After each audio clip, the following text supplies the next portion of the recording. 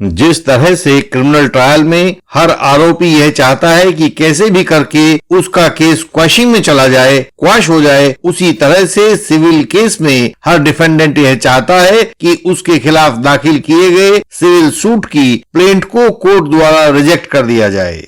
Rejection of plaint का मतलब है कि डिफेंडेंट को ना जवाब दाखिल करना पड़ेगा, ना गवाही ढूंढ के लानी पड़ेगी और ना ही अदालतों के चक्कर लगाने पड़ेंगे। कोर्ट द्वारा रिजेक्शन ऑफ प्लेंट हो जाएगा तो डिफेंडेंट की सब मुश्किलें अपने आप खत्म हो जाएंगी। सब एडवोकेट्स को भी ऑर्डर 7 रूल 11 CPC बहुत प्यारा होता है, क्योंकि इस ही के तहत एक कोर्ट द्वारा रिजेक्शन ऑफ प्लेंट का हुक्म फरमाया जाता है। रिजेक्शन ऑफ प्लेंट का अर्थ है कि कोर्ट यह कह रहा है कि जाइए, यह जो प्लेंट या वाद आप लाए हैं उसमें कानूनी डिफेक्ट है, और वह कानूनी डिफेक्ट ऐसा है कि यदि आप इस प्लेंट को कोर्ट में लाकर इसको पूरी तरह से प्रूव भी कर दें तो भी कानूनन आपको कोई रिलीफ या अनुतोष नहीं दिया जा सकता है, क्योंकि आपकी प्लेंट या वाद एक कानूनी दावा कोर्ट में खड़ा कर पाने में अक्षम है। इस प्लेंट के आधार पर एक दावा न बन सकता है, न कानूनी रूप से चल सकता है। अतः इस लीगली डिफेक्टिव प्लेंट को हम रिजेक्ट करते हैं। कोई भी कोर्ट किसी सिविल सूट को, दीवानी के मुकदमे को 6 आधारों पर रिजेक्ट कर सकती है, और ये 6 आधार इस प्रकार से हैं। नंबर 1, जब उस मुकदमे या वाद को बिना किसी कानूनी कारण के फाइल किया गया हो, जिसको इंग्लिश में कॉज ऑफ एक्शन कहते हैं, without cause of action file किया गया हो। दूसरा है जब उस मुकदमे का आर्थिक मूल्यांकन कम किया गया हो और ध्यान दिलाने पर भी उसे सही ना किया गया हो। कुछ लोग अपनी कोर्ट फीस बचाने के लिए मुकदमे का आर्थिक मूल्यांकन कम कर देते हैं।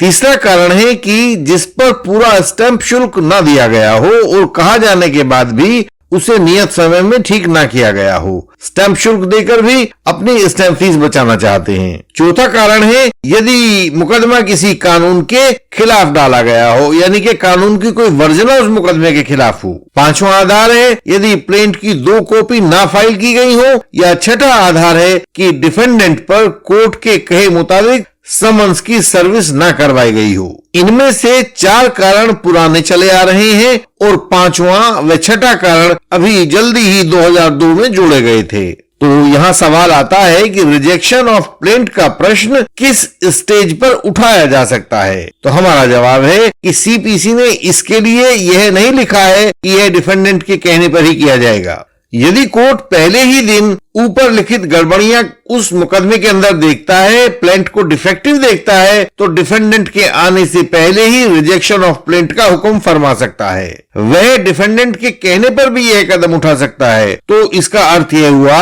कि जब भी कोर्ट की निगाह में, चाहे खुद ब खुद या डिफेंडेंट के कहने पर या उसकी एप्लीकेशन लगाने पर, ये 6 कानूनी कमियां आ जाएंगी तो रिजेक्शन ऑफ प्लेंट का ऑर्डर किया जा सकता है, स्टेज चाहे वह कोई सी भी स्टेज हो।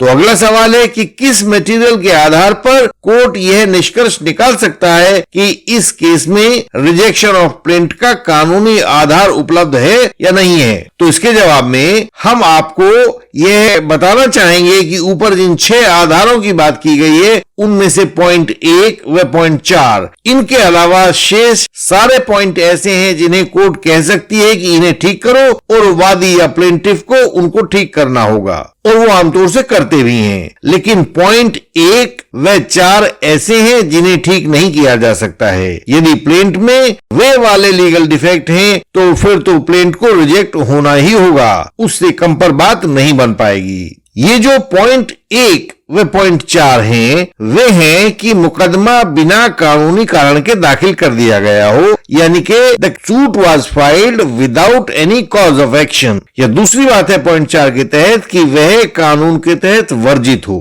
कि यह वाला जो सूट है किसी कानून के कॉन्ट्राडिक्शन में आकर खड़ा हो गया हो। जैसे कोई उधार लिया गया और उधार को वापस करने की तारीख तो 25 है, लेकिन मुकदमा 24 को ही फाइल कर दिया गया हो, तो यह बिना कॉज ऑफ एक्शन के, बिना कानूनी कारण के दाखिल किया गया मुकदमा होगा। कोर्ट इस वाली प्लेंट को रिजेक्ट कर देगी।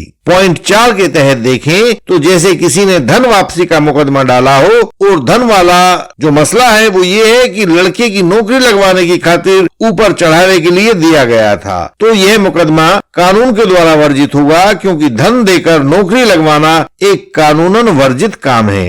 एक और थोड़ा सा जटिल उदाहरण देखते हैं। राजेश ने महेश के खिलाफ बंटवारे का दावा डाल दिया है और पूरी प्रिंट में यह लिखना भूल गया है कि जमीन वस्तुतः विरासत में मिली हुई पूर्वजों की जमीन है, तो इस मामले में जमीन विरासत में ना मिली होने से बंटवारे का हक हासिल नहीं होगा, यानी कि यह बिना कॉज ऑफ एक्शन के दाखिल किया गया मुकदमा होगा। दूसरे, सबको अपनी संपत्ति में आनंद से रहने का हक है, तो महेश के हक को चुनौती पेश करने के कारण राजेश का मुकदमा कानूनन वर्जित भी हो जाएगा।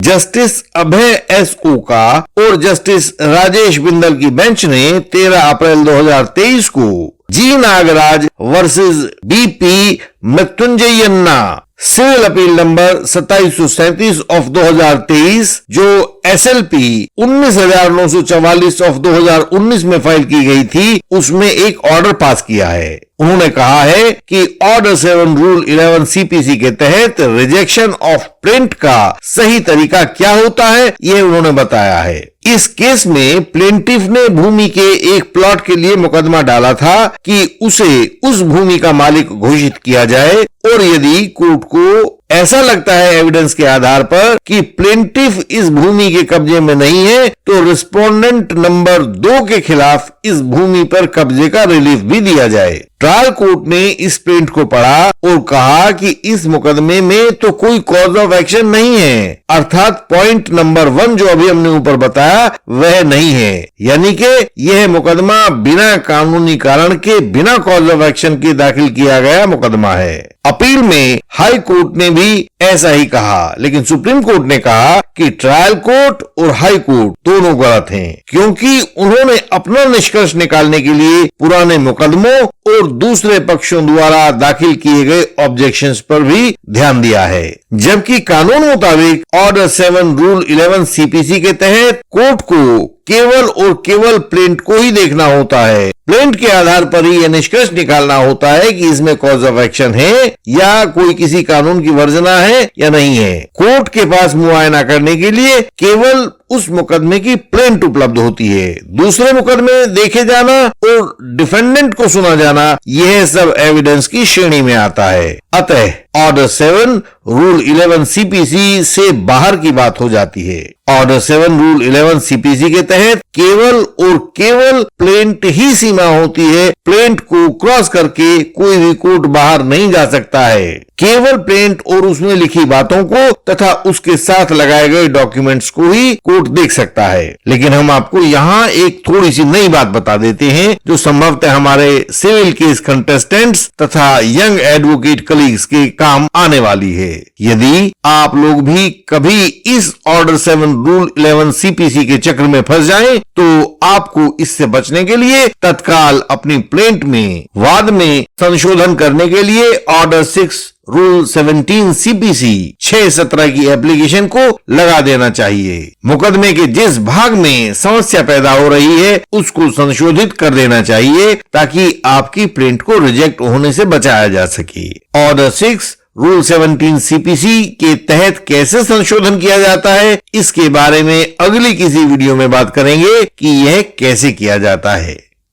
हमारे अनेक व्यूअर्स हमारे पास तब आते हैं जब बहुत देर हो चुकी होती है, उनके केसेस के क्रॉस एग्जामिनेशंस खराब हो चुके होते हैं। भारतीय न्यायिक व्यवस्था में केस मुख्यतः 3 गवाहों पर टिका होता है। पहला प्रोसिक्यूट्रिक्स, दूसरा एक्सपर्ट विटनेस जैसे डॉक्टर्स या FSL एक्सपर्ट्स, और तीसरा investigating officer of the case यानी कि IO।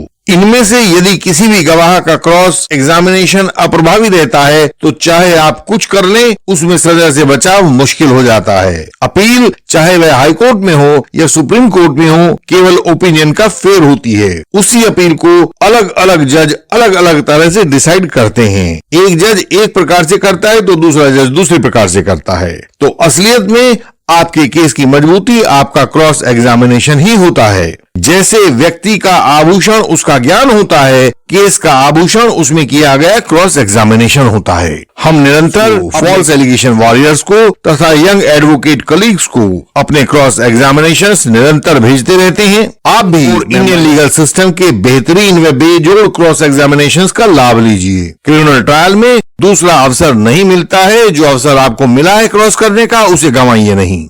हमारी वेबसाइट indianlegalsystem.org पर विजिट करें, हमारा YouTube channel Indian legal system देखें और झूठे आरोपों से बचने की युक्ति सीखें। हमारे व्हाट्सएप नंबर जो सामने स्क्रीन पर दिखाई दे रहा है उस पर मैसेज भेजें, मेंबर बने और सहायता का लाभ पाएं। आपसे अगली वीडियोस में फिर मुलाकात होगी, तब तक के लिए प्रणाम।